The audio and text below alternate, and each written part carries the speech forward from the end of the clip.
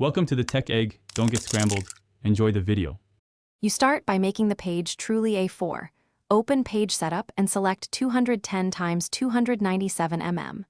Once done, set practical margins. 2 cm is a good baseline, so text won't be cut off. Make sure orientation matches your design, portrait for letters, landscape for wide layouts. Save this as your default if you'll reuse it. These initial choices control layout and printing behavior, so getting them right now prevents rework later when you add text and formatting. Now format the content so it fits A4 consistently. You should apply a body font at 11 or 12 points and set line spacing between 1, 15 and 1, 5 to improve readability. Headings can be larger. Use left alignment for standard letters and add paragraph spacing rather than manual returns. Place headers or footers with contact details and use manual page breaks to control flow.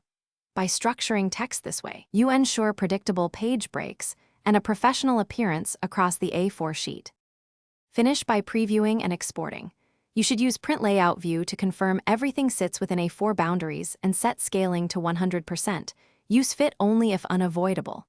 Export to PDF to lock page size and fonts before sending or printing.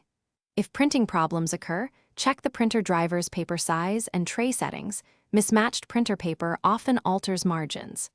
As one troubleshooting tip, when margins shift, reset both document and printer paper to A4 and reprint a single test. Thanks for watching. Consider subscribing if I helped unscramble your problems.